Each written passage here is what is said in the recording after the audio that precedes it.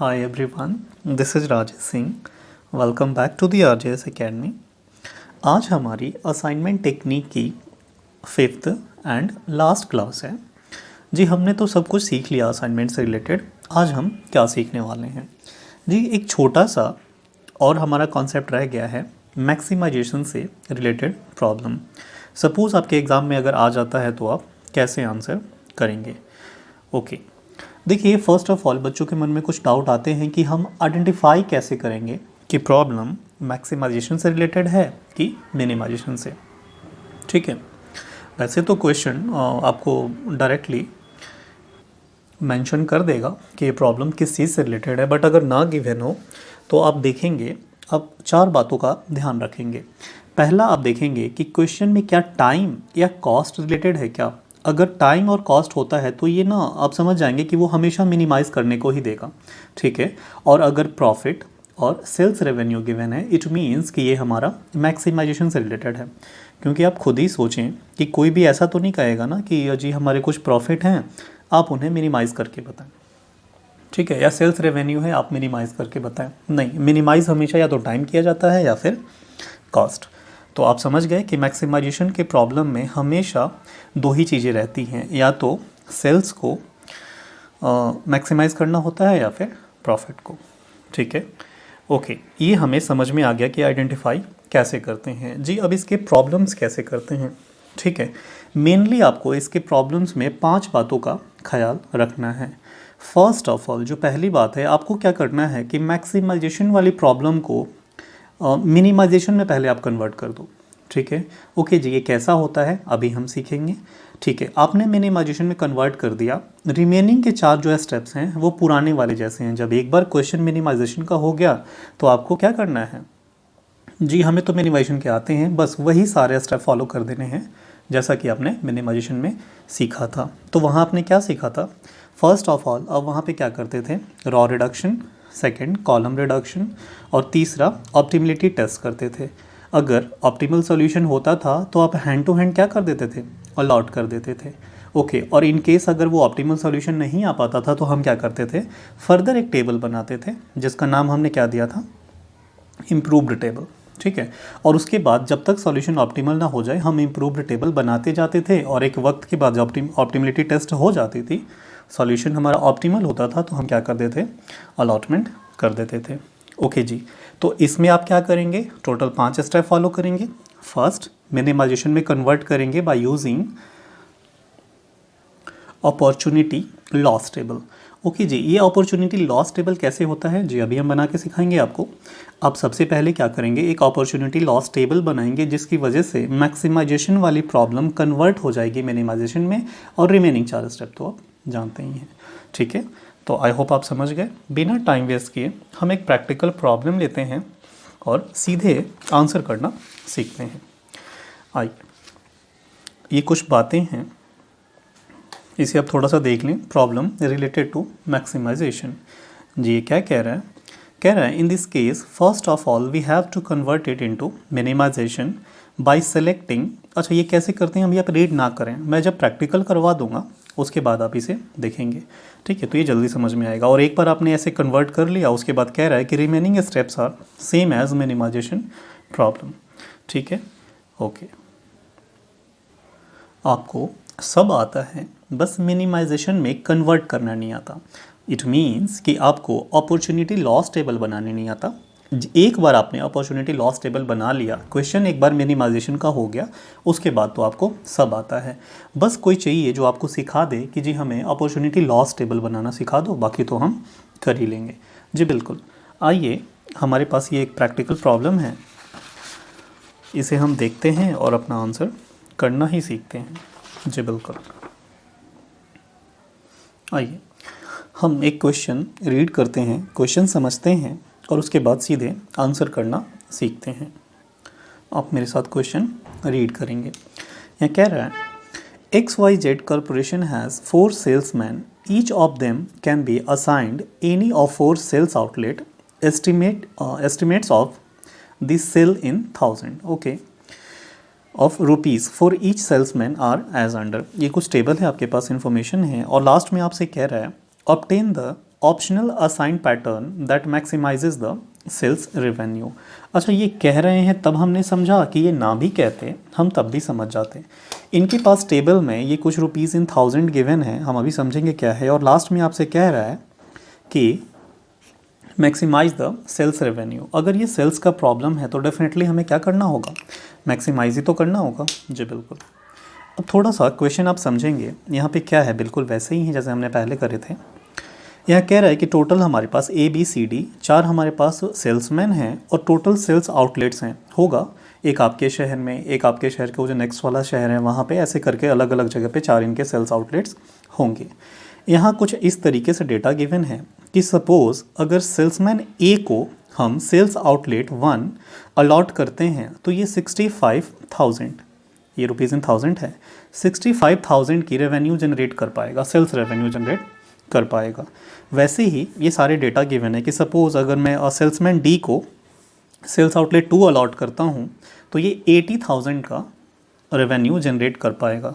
वैसे ही ये आपसे XYZ कॉरपोरेशन जानना चाहती है कि मैं कौन से सेल्समैन को कौन सी वाली सेल्स आउटलेट अलॉट करूं कि मुझे मैक्सिमम से मैक्सिमम ओवरऑल सेल्स जनरेट हो, मुझे सेल्स मिले। ठीक है जी, हम प्रॉब्लम तो समझ गए। ओके, अब जानते हैं कि फर्स्ट ऑफ ऑल आपको क्या बनाना है, इस पूरे प्रॉब्लम को कन्वर्ट करना है आपको मिनिमाइजेशन में। ये तो पहले मैक्सिमाइजेशन का टेबल गिवन है, ठीक है, और एक बार आपने मिनिमाइजेशन में कन्वर्ट कर दिया उसके बाद तो आप स्टेप जानते ही हैं। बिल्कुल, तो कैसे आप कन्वर्ट करेंगे, आइए आप मेरे साथ देखिए। सबसे पहले आप टेबल नंबर 1 बनाएंगे जी। ये किस के रिगार्ड होगा, यही तो होगा हमारा अपॉर्चुनिटी लॉस टेबल। ओके, अब से पहले जो आप टेबल नंबर 1 बनाते थे वो रॉ रिडक्शन का होता था, हाँ वो हमारा यहाँ सेकेंड नंबर से स्टार्ट होगा। फर्स्ट ऑफ ऑल जो आप टेबल नंबर 1 बनाएंगे वो होगा अपॉर्चुनिटी लॉस टेबल। तो हम यहाँ लिख लेंगे table number 1 that is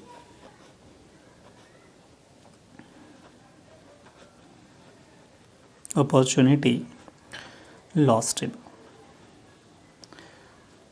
okay, कैसे हम अपॉर्चुनिटी लॉस टेबल बनाते हैं, उससे पहले ये थोड़ी सी आप फॉर्मेलिटी, ये हमारे पास कुछ सेल्स आउटलेट्स हैं। आप सेल्स आउटलेट समझ गए ना, जी बिल्कुल, हम समझदार हैं, समझ गए।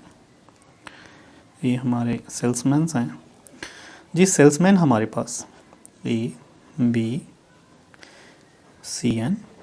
गिवन है और टोटल सेल्स आउटलेट आपके पास 4 हैं, एक आपके शहर में, एक नेक्स्ट टू नेक्स्ट वाले शहर में, ऐसे कर करके अलग अलग जगह पे इनके 4 सेल्स आउटलेट्स हैं। ओके, ये तो हमने थोड़ी सी इन्फॉर्मेशन क्वेश्चन से ही चुरा ली। ओके, अब हमें क्या करना है, अपॉर्चुनिटी लॉस टेबल बनाना है। अब थोड़ा सा यहाँ फोकस करेंगे कि कैसे बनाते हैं। आप पूरी ये मैक्सिमाइजेशन टेबल में से सबसे जो हाईएस्ट एलिमेंट होगा उसे पिक करेंगे और उसमें से सारे टेबल में, इस पूरे मैट्रिक्स टेबल में जितने भी एलिमेंट्स हैं उन्हें माइनस कर देंगे। ठीक है, आई होप आप समझ गए। आप क्या करेंगे, सबसे पहले इस पूरे टेबल में पिक कीजिए कि सबसे मैक्सिमम मतलब हाईएस्ट एलिमेंट कौन सी है। जी 85 मुझे दिखाई दे रही है। ओ 85 तो 2 जगह है, कोई बात नहीं, आप दोनों में से कोई एक पिक कर लें, मतलब तो एक ही होगा। हमें मिला यहाँ पे 85। अब 85 को पिक कर लेंगे और इस 85 में से जितने भी इस पूरे मैट्रिक्स टेबल में जितने भी एलिमेंट्स हैं सबको आप माइनस कर देंगे। अच्छा, जब माइनस कर देंगे तो क्या ये हमारा हो जाएगा अपॉर्चुनिटी लॉस टेबल? जी बिल्कुल। ओके, ये तो बहुत आसान है। जी बिल्कुल, आइए आप मेरे साथ करना शुरू कीजिए। ये हमारा मैक्सिमम 85 है, हम 1 से स्टार्ट करते हैं और सबको घटा देते हैं। 85 में से मतलब कैसे आपको पता चला ये हाईएस्ट है, एक छोटा सा स्टार लगा देंगे। ओके, यहाँ पे 85 में से आप 65 माइनस करेंगे, दैट इज़ 20। अब ये पूरी टेबल अपॉर्चुनिटी लॉस टेबल आप बना लीजिए। 85 में से 78 माइनस करेंगे 7, 85 में से आप 83 माइनस करेंगे 2, वैसे ही 85 में से आप 60 माइनस करेंगे, दैट इज़ 25। ओके, 85 में से 85 माइनस करेंगे 0, 52 माइनस करेंगे 33। 85 में से आप 59 माइनस करेंगे, दैट इज़ 26। और 85 में से आप 44 माइनस करेंगे तो 1, और 41। ओके, वैसे ही 85 में से 83 आपने माइनस किया 2, 85 में से हमने 56 माइनस किया 33 आएगा या 29। ओके, 83 में से आप 69 सॉरी 85 में से आप 69 माइनस करेंगे, कितना आ जाएगा 16। ओके, वैसे ही आप 64 माइनस करेंगे, कितना आ जाएगा 21।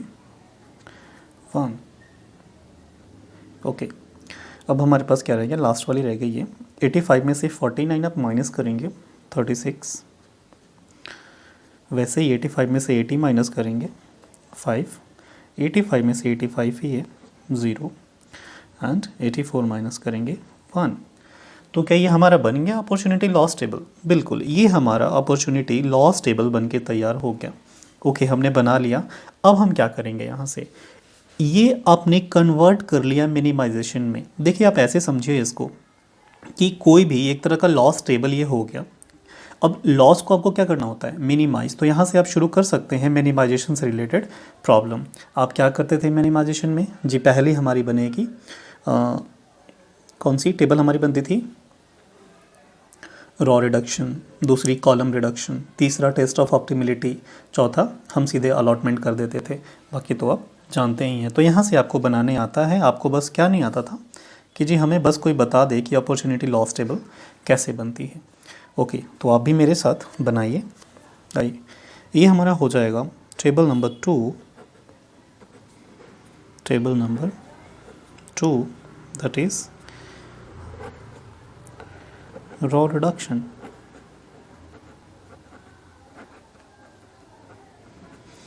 ओके, रॉ रिडक्शन में आपको तो आता ही है, पूरे रॉ को 1 बाय 1 पिक करने हैं। और रॉ रिडक्शन आप कैसे करते थे? सारे रॉ में आप चेक करेंगे कि सबसे लीस्ट वैल्यू कौन सी है, आप उसे रिमेनिंग उसी रॉ के एलिमेंट में से माइनस कर देंगे। ठीक है, उससे पहले ये थोड़ी सी हम फॉर्मेलिटी हमेशा पूरी करेंगे। ये हमारे सेल्स आउटलेट्स हैं, ये हमारे सेल्समैन्स हैं। सेल्समैन हमारे A, B, C and D. Sales outlet हमारे 1, 2, 3 एंड 4।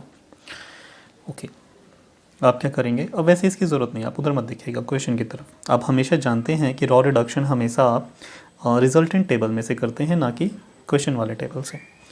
ओके, अब क्या करेंगे? सबसे लीस्ट यहाँ पे मुझे 2 दिखाई दे रहा है, इस लीस्ट को हम पिक करेंगे और इसी रॉ के रिमेनिंग एलिमेंट में से माइनस कर देंगे। तो 2 को 20 में से अगर मैं माइनस करता हूँ 18 आ जाएगा।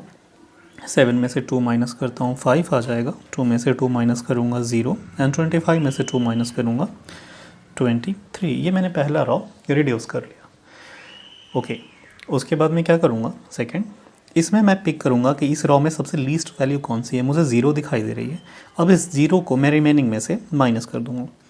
तो 0 में से पहले मैं 0 घटाऊँगा तो 0 ही आ जाएगी, और ये सारा का सारा रॉ ही एज इट इज़ आ जाएगा, क्योंकि किसी भी वैल्यू में से आप 0 माइनस करते हैं तो वो उतनी ही तो रहती है। बिल्कुल। ओके, अब तीसरे में चेक करेंगे कि सबसे लीस्ट वैल्यू हमारी कौन सी है। मुझे 2 दिखाई दे रहा है। अब इस 2 को हम रिमेनिंग एलिमेंट में से माइनस कर देंगे सेम रॉ के। 2 में से 2 माइनस किया 0। 29 में से 2 हम माइनस करेंगे 27। 16 में से 2 माइनस करेंगे 14 एंड 21 में से 2 माइनस करेंगे दैट इज़ 90। ओके, ये आपने कर लिया। अब लास्ट वाली भी करेंगे। इसमें आपको सबसे लीस्ट क्या दिखाई दे रही है?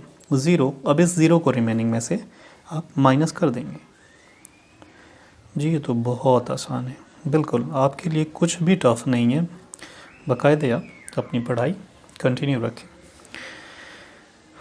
ओके, ये हमने क्या कर लिया जी? रॉ रिडक्शन हमने कर लिया दूसरी टेबल में। तीसरी टेबल में आप क्या करते हैं? Column reduction. तो आप मेरे साथ आइए और जल्दी जल्दी तीसरी टेबल भी बनाइए।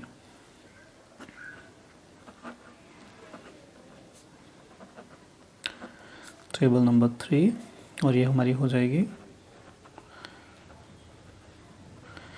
Column reduction. कॉलम रिडक्शन हम किस में से करेंगे जी, इसमें से, जो भी आपकी प्रीवियस टेबल है इसमें से, और प्रीवियस टेबल हमारे पास ये वाली है। ओके, अब प्रीवियस टेबल में एक बार चेकआउट करेंगे, उससे पहले ये बार बार फॉर्मेलिटी क्यों निभानी पड़ती है हमें, कोई बात नहीं है, अभी तो 8 मार्क्स का। सेल्स, आउटलेट्स, ये हमारे सेल्समैन्स, सेल्समैन हमारे A, B, C and D. Sales outlet हमारे 1, 2, 3 एंड 4।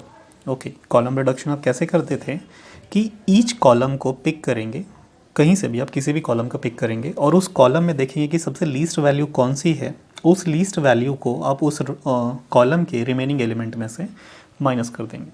मुझे इस फोर्थ वाले में दिखाई दे रहा है सबसे लीस्ट मेरे पास 1 है, 1 को मैं पिक करूँगा और रिमेनिंग सब में से माइनस कर दूंगा इस पर्टिकुलर कॉलम में। 1 को जब मैंने 23 में से माइनस किया, ये मेरा आ जाएगा 22, 41 में से माइनस किया 40, वैसे ही 19 में से जब मैं माइनस करूँगा 18 एंड 1 से 1 माइनस करूँगा, ये तो खुद ही ज़ीरो हो जाएगा। ओके, इसमें चेक किया कि सबसे लीस्ट कौन सी है, मुझे 2 दिखाई दे रही है, 0। कोई बात नहीं, 0 को तो आप जानते हैं कुछ नहीं करना होता, 0 में से 0 माइनस करेंगे 0 और रिमेनिंग किसी भी वैल्यू में से माइनस करेंगे एज इट इज़ ही आ जाएगा। तो ये हो जाएगा 0, 26, 14 एंड 0। ओके, वैसे ही आप दूसरी वाली कॉलम में चेक करेंगे कि सबसे लीस्ट वैल्यू कौन सी है। जी मुझे तो 5 दिखाई दे रही है, लेकिन ये तो 2 जगह है, कोई नहीं, आप किसी एक को पिक कर लीजिए। ओके, मैंने इसको पिक किया, इसमें मैं क्या करूँगा, ये लीस्ट एलिमेंट है, रिमेनिंग एलिमेंट में से माइनस करूँगा। 5 में से 5 मैंने माइनस किया, 0 हो जाएगा। 33 में से जब मैंने 5 को माइनस किया तो ये मेरा कितना हो जाएगा, ये हो जाएगा 28 कितना हो जाएगा हमारा 28। वैसे ही 27 में से माइनस करूँगा तो ये मेरा 22 हो जाएगा, और 5 में से 5 माइनस करूँगा तो मेरा 0 ही आएगा। ओके, अब मुझे क्या करना है, इसको चेक करना है। इसमें तो मुझे 0 दिखाई दे रहा है और ये तो आप जानते हैं। 18 में से आप 0 माइनस करेंगे तो 18 ही आ जाएगा, 0 में से माइनस करेंगे 0, 0 हाँ 36। ओके, आपने क्या बना लिया, आपने कॉलम रिडक्शन भी बना के तैयार कर लिया। अब जैसे ही आप कॉलम रिडक्शन बना लेंगे, यहाँ के बाद से आपको क्या करना होता है, टेस्ट ऑफ ऑप्टिमिलिटी। ऑप्टिमिलिटी टेस्ट में आपको करना होता है क्या जी, हमें करना होता है मिनिमम स्ट्रेट लाइन से मैक्सिमम 0 को कवर करना होता है। ओके, अब देखेंगे मेरे साथ साथ कि मैक्सिमम 0 कहाँ दिखाई दे रही है, जहाँ मैं एक स्ट्रेट लाइन चलाऊँ और सारी की सारी 0 कवर हो जाए। जी, एक में मुझे इधर से तो 3 दिखाई दे रही है, वैसे ही यहाँ पे 2 दिखाई दे रही है और वहाँ यहाँ पे 2 दिखाई दे रही है। मतलब सबसे जो मैक्सिमम 0 दिखाई दे रही है वो डी वाले मुझे रॉ में दिखाई दे रहे हैं। मैंने इसे एक स्ट्रेट लाइन से सबको कवर कर दिया। अब मैं कौन सी चलाऊं जहाँ पे और 0 कवर हो, कहीं से भी कर लीजिए, 2 तो आपको चलाने ही पड़ेंगे स्ट्रेट लाइन। अब इसे मैं ऐसे चला देता हूँ और ये 2 0 हैं। अब देखिए यहाँ पे 2 0 हैं, इसको हॉरिजॉन्टली ही मुझे कट करना होगा। ये मैंने इन्हें भी कट कर दिया। अब मैंने यहाँ देखा कि और तो कोई 0 बच ही नहीं रहे, जो बिल्कुल नहीं बच रहे, तो क्या ये ऑप्टिमल हुआ? नहीं। आप जानते हैं, क्या जानते हैं कि मुझे यहाँ पे जो स्ट्रेट लाइन है वो रॉज और कॉलम्स के इक्वल होने चाहिए, तभी ऑप्टिमल सॉल्यूशन कहलाएगा। और अगर नहीं है तो फिर वो ऑप्टिमल सॉल्यूशन नहीं है, आपको एक अलग से टेबल बनाना होगा, that is improved table. Okay, तो इस बात को हम थोड़ा यहाँ लिख लेंगे कि here number of straight line is 3, which is less than number of rows and columns, hence it is not optimal solution. Optimal solution. Okay, तो हम कैसे अब क्या करेंगे, आगे आप मेरे साथ एक इम्प्रूव्ड टेबल बनाएंगे। और ये कौन सी हमारी टेबल हो जाएगी, टेबल नंबर 4। अब बनाइए मेरे साथ टेबल नंबर 4। क्या हो जाएगा ये, इम्प्रूव्ड टेबल। ओके, पहले हम फॉर्मेलिटी भी लिख लेंगे। ये सेल्स आउटलेट्स हैं हमारे, ये कुछ हमारे सेल्समैन्स हैं। सेल्समैन हमारे पास A, B, C and D। Sales outlet हमारे पास 1, 2, 3 एंड 4। ओके जी, इम्प्रूव्ड टेबल कैसे बनती है, जब सॉल्यूशन हमारा ऑप्टिमल नहीं आ पाता तो हम इम्प्रूव्ड टेबल बना के वहाँ ऑप्टिमिलिटी टेस्ट करते हैं। कैसे बनाते हैं, यहाँ से आपको 3 कदम चलना होगा मेरे साथ। जी वो 3 कदम क्या है, आप मुझे एक बार बताइए। बिल्कुल बताएंगे। अब 3 कदम मेरे साथ चलेंगे, पहले तो समझ लीजिए।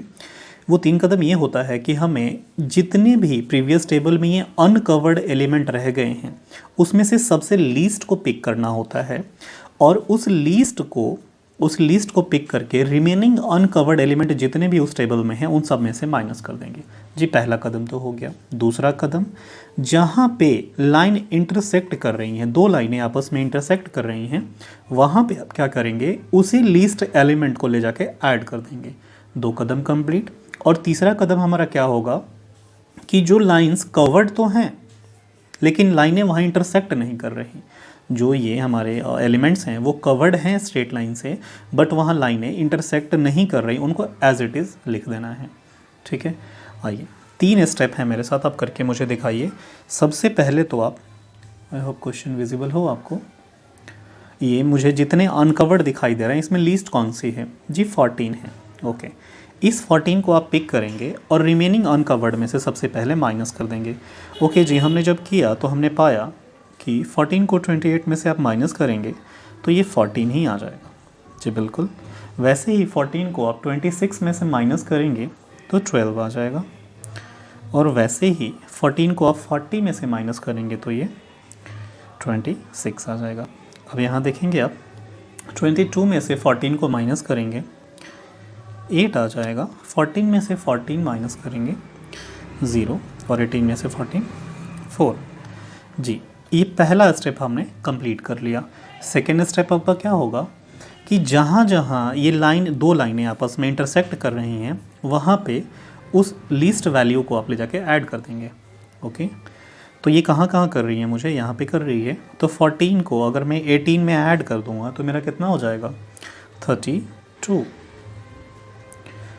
ये तो एक जगह इंटरसेक्ट कर रही थी, मैंने इस 14 को ऐड कर दिया, लीस्ट एलिमेंट को ऐड कर दिया। अब यहाँ पे 36 पे भी इंटरसेक्ट कर रही हैं, मैं 14 को यहाँ भी ऐड कर दूँगा। जैसे ही करूँगा ये मेरा 50 हो जाएगा। ओके जी, ये तो हमने कर लिया। 2 स्टेप हमारे, मतलब 2 कदम हमने चल लिए। तीसरा कदम हमारा क्या होगा कि रिमेनिंग जितनी भी बच गई उसे एज इट इज़ आप लिख देंगे। ओके, तो ये मेरा इस पर लाइन कवर्ड तो है लेकिन इंटरसेक्ट नहीं कर रही थी, तो एज इट इज़ लिखना ही तो है, 0 0 22। वैसे ही यहाँ पे 0 0 एंड रिमेनिंग सिर्फ 0 0। कितना आसान है ये, बिल्कुल ये बहुत आसान है। ओके, आपने ये कर लिया। अब हमें फर्दर क्या करना है उधर आप ध्यान देंगे।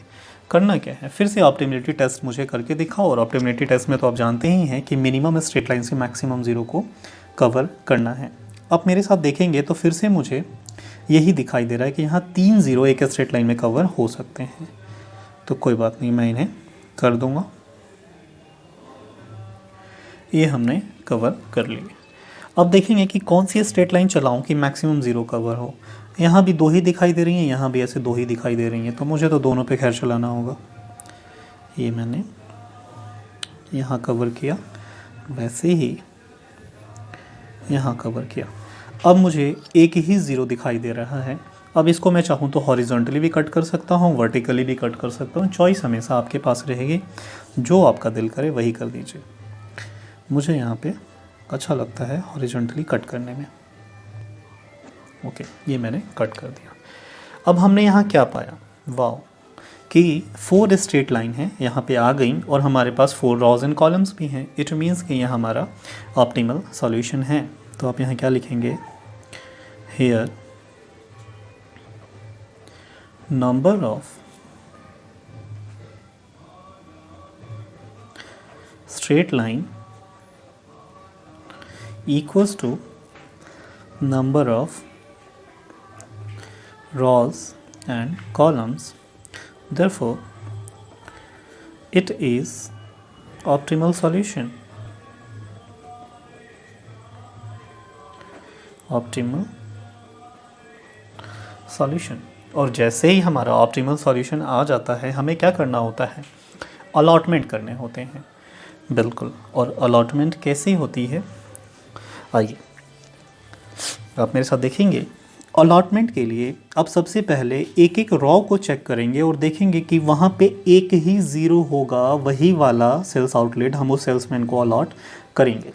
आपने यहाँ देखा कि फर्स्ट रॉ में 2 ज़ीरोज़ हैं, नंबर ऑफ़ ज़ीरो 2 हैं, 1 एंड 2। आप इसे अभी अलॉट नहीं कर सकते, इसे छोड़ दीजिए एज इट इज़। अब दूसरे में आए, आपने यहाँ देखा कि यार यहाँ पे तो एक ही ज़ीरो है, हाँ मतलब आप बी को अलॉट कर सकते हैं।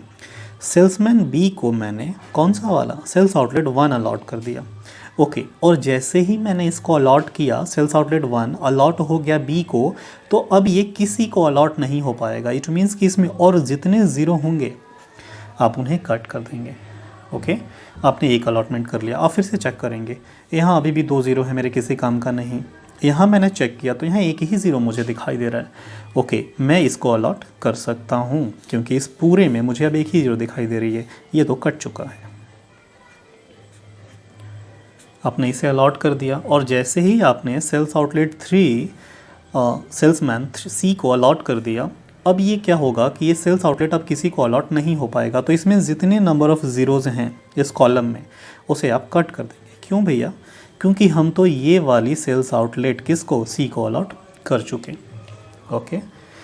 वैसे ही हम फिर से चेक करेंगे ऊपर से, हमने देखा कि अब तो यहाँ एक ही ज़ीरो बच रही है, एक तो कट चुकी है। इट मीन्स ये वाला हम इनको अलॉट कर सकते हैं। तो हमने सेल्स आउटलेट 2 जो है वो सेल्समैन ए को अलॉट कर दिया और इसमें अब ज़ीरो हैं, हाँ जी हैं, कट कर दो, ये अब किसी को अलॉट नहीं हो पाएगा, ओके। अब वैसे ही सब में चेक करेंगे, यहाँ अलॉट हो गया, यहाँ अलॉट हो गया, और हम जानते हैं कि लास्ट में हमारे पास एक ही सेल्समैन बचा और एक ही सेल्स आउटलेट भी बचा, ये तो वैसे ही इन्हीं को अलॉट करना पड़ेगा। तो डी हमने किसको अलॉट कर दिया, सेल्स आउटलेट 4 को, ओके। अलॉटमेंट हमारी हो गई जी, बिल्कुल। अब क्या करेंगे, इसी चीज़ को अब थोड़ा सा एक टेबल में लिख के दिखा देंगे। कैसे हम बनाएंगे आप मेरे साथ देखेंगे, आई होप आपको विजिबल हो। आप यहाँ लिखेंगे असाइनमेंट ऑफ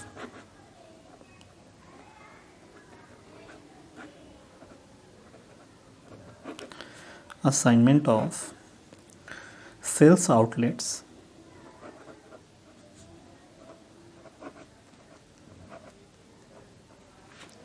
to salesmen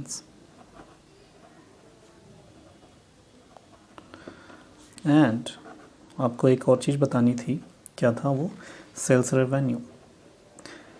साथ में हमसे ये भी पूछा जा रहा था ना, तो आप एक टेबल इधर भी बना लेंगे सेल्स रेवेन्यू का। आई होप आपको विजिबल हो रहा हो, ओके। ये हमारी किस चीज़ की थी, ये हम बना लेंगे सेल्समैन, ये हमारा सेल्स आउटलेट, और ये जो बनेगी वो रेवेन्यू की बन जाएगी, ओके। अब देखेंगे सेल्समैन हमारे पास कितने थे, 4 थे, ए, बी, सी एंड डी। और वैसे ही हमने देखा यहाँ पे कि कौन से वाले सेल्समैन को हमने कौन सा सेल्स आउटलेट अलॉट किया है। आप इस टेबल से देखेंगे, जिस सेल्समैन ए को हमने सेल्स आउटलेट 2 अलॉट किया है, ठीक है। तो 2 आप यहाँ पे लिख देंगे। ओके, वैसे ही बी को, सेल्समैन बी को आपने सेल्स आउटलेट 1 अलॉट किया है, मैं यहाँ पे 1 लिख दूँगा। सी को, सेल्समैन सी को हमने सेल्स आउटलेट 3 अलॉट किया है, तो यहाँ मैं 3 लिख दूँगा। वैसे ही सेल्समैन डी को आपने 4, सेल्स आउटलेट 4 अलॉट किया है। एक बार आपने इस चीज़ को लिख लिया, अब इस टेबल की आपकी ज़रूरत नहीं पड़ेगी, हम इसे थोड़ा सा साइड कर देते हैं। ओके जी, इतना तो कर दिया। अब ये कौन सा वाला सेल्समैन, अगर कौन सा वाला हम कोई भी सेल्स आउटलेट देते थे तो रेवेन्यू उसकी कितनी वो जनरेट करके हमें दे पाता था, ये कहाँ से आपको पता चलेगा? ये इस वाले क्वेश्चन वाली टेबल से आप देख लेंगे एक बार कि सपोज़ अगर हमने सेल्समैन ए को सेल्स आउटलेट 2 दिया है तो रेवेन्यू उसकी कितनी आ रही थी। जैसे कि सेल्समैन ए और सेल्स आउटलेट हमारी 2, 78,000 रुपीज़ इन थाउजेंड था ना, वो हमें जनरेट करके देगा। तो हम यहाँ लिख देंगे 78, अभी रुपीज़ में लिखिए, लास्ट में हम कन्वर्ट कर देंगे। वैसे ही बी को हमने कौन सा अलॉट किया है, सेल्स आउटलेट 1। बी को हमने सेल्स आउटलेट 1 अलॉट किया है, तो ये हमें 85 रुपीज़ रेवेन्यू जनरेट करके देगा। वैसे ही सी को हमने 3 अलॉट किया है, तो सी और 3 आप चेक करेंगे 69 रुपीज़, ऐसे ये 1000 में है, थोड़ी देर में कन्वर्ट करेंगे। सेल्स आउटलेट डी को हमने, और सेल्समैन डी को हमने सेल्स आउटलेट 4 अलॉट किया है। सेल्समैन डी को आप सेल्स आउटलेट 4 अलॉट करेंगे तो ये 84 रुपीज़ हमें जनरेट करके देगा। आप इसकी एक बार टोटलिंग लगा लीजिए कितना आ रहा है और मुझे भी बता दीजिए। 78 प्लस 85 प्लस 69 प्लस 84, 316। ओके, ये 316 रुपये हमारी सेल्स आ रही है। टोटल रेवेन्यू आपको क्या बताना था, 1000 में बताना था ना, तो आप यहाँ कन्वर्ट कर देंगे रुपीज़ इन 1000। अब 30 इसमें ऐड कर देंगे तो कितना हो जाएगा, 3,16,000।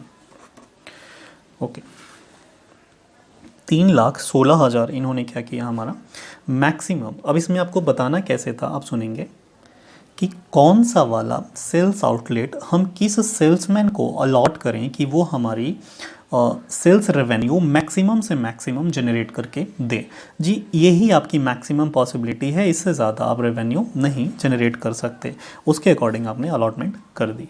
तो यही हमारी प्रॉब्लम थी एक मैक्सिमाइजेशन से रिलेटेड। बाकी आपको कोई भी अगर इस मैक्सिमाइजेशन से या मिनिमाइजेशन से या पूरे चैप्टर से कहीं से भी कोई डाउट आता है, आप मुझे एक बार कमेंट सेक्शन में बताएं और प्लीज़ चैनल को सब्सक्राइब ज़रूर करें। बाकी मिलते हैं हम अपने एक नेक्स्ट क्लास में एक नए कॉन्सेप्ट के साथ। आप टच में रहें, तब तक के लिए बाय, टेक केयर।